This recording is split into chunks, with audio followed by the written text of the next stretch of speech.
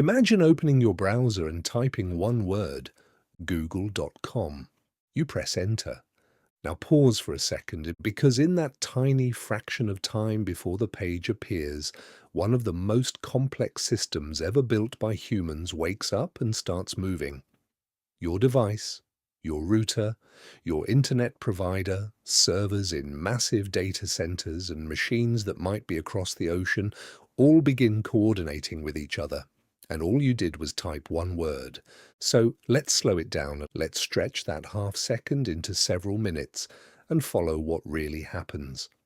The first thing your computer realizes is that it does not understand words. It understands numbers.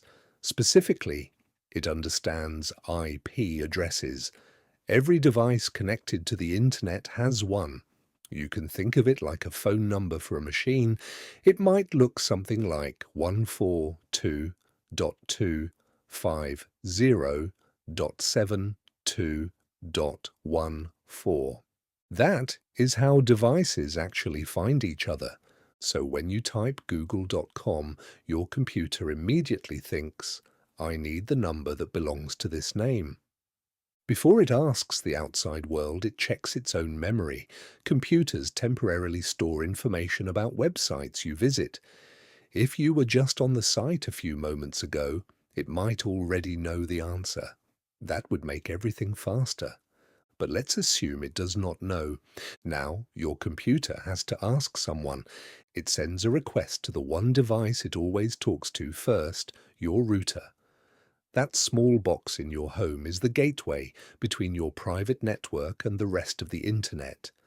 Your computer basically says, I need help finding the IP address for this website. The router receives the request and looks at where it should forward it. Most home routers are configured to send these kinds of questions to your internet service provider. So, now your request leaves your house. It travels through cables, often fiber optic lines that use pulses of light. It moves under streets, through neighborhood infrastructure, across cities, and sometimes even across countries. All of this happens in milliseconds. Your request eventually reaches a system called DNS, the Domain Name System. You can think of DNS as the Internet's phone book, but it is not a single giant book sitting in one place. It is distributed across the globe in a hierarchy. First, the system may contact what is known as a root server. There are only a small number of these in the world. They do not know the final answer, but they know where to direct the next question. The root server might respond with something like, if you are looking for a .com address, here are the servers responsible for .com. So the request moves to one of those servers. That server then says, if you want google.com specifically, here is the authoritative server that knows the exact IP address. Finally, that authoritative server responds with the number your computer was looking for. Now, your computer finally has the IP address, but it still cannot just start sending data. Before any real communication happens, both sides need to agree that they are ready to talk. This is where something called a TCP handshake comes in. Think of it like knocking on a door. Your computer sends a message that says, "Hello, I would like to start a conversation." The server replies, "I hear you. I am ready. Are you ready too?" Your computer responds, "Yes, I am ready." Only after these three steps does the actual exchange of information begin. This process ensures reliability. It makes sure that both sides agree on how the conversation will proceed.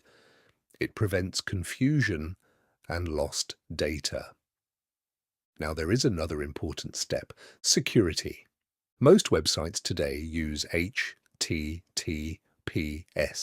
That means the communication between your device and the server is encrypted.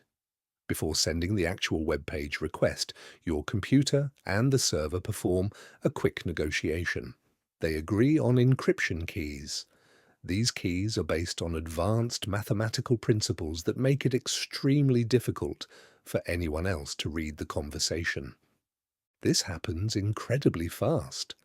Within milliseconds, both sides establish a secure channel. Now your browser finally sends the real request. It essentially says, "Please send me your homepage." This request includes more information than you might expect. It includes details about your browser, your preferred language, and sometimes small pieces of stored data called cookies. It may even include information about your device type so the server can send a version of the site optimized for you. The server receives this request and processes it almost instantly. Then it sends back a response. But here is something important. It does not send back a finished picture of a web page. It sends instructions. These instructions are written in languages like HTML, CSS, and JavaScript. HTML defines the structure of the page. CSS controls the appearance. JavaScript adds interactivity and dynamic behavior. Your browser now takes over as a builder. It reads the HTML and constructs a structure in memory. Then it applies the styling rules. Then it runs the scripts. But the story does not end there. When the browser reads the initial instructions, it often discovers that the page depends on additional resources. Images need to be loaded. Fonts need to be fetched. Icons, style sheets, and scripts all require their own requests. Each one of those triggers additional communication with servers. Each one may require its own secure connection, its own handshake, its own data transfer. Loading a modern web page can involve dozens of separate requests happening in parallel. Sometimes 50, sometimes even more. All of this happens almost instantly. Your device coordinates multiple streams of incoming data. It assembles them piece by piece. It keeps track of which elements have arrived and which are still on the way. As the pieces come together, the page begins to take shape. The structure forms first. Then the styling fills in. Then interactive elements activate.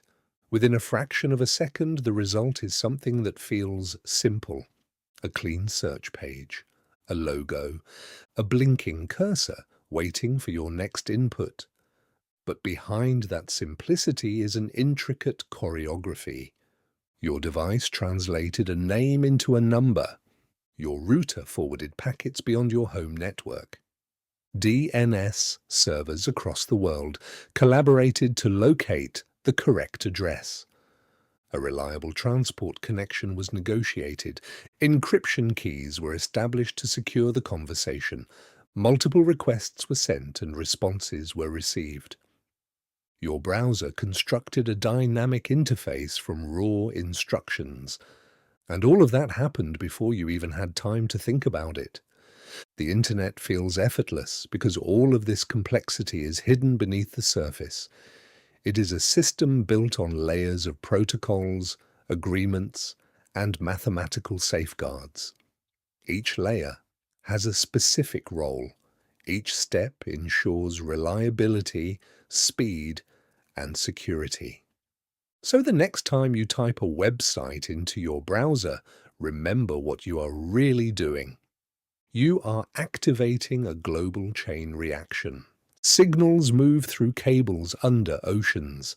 Servers in massive data centers calculate responses in microseconds. Machines across continents respond to your request, all because you typed one word and pressed Enter.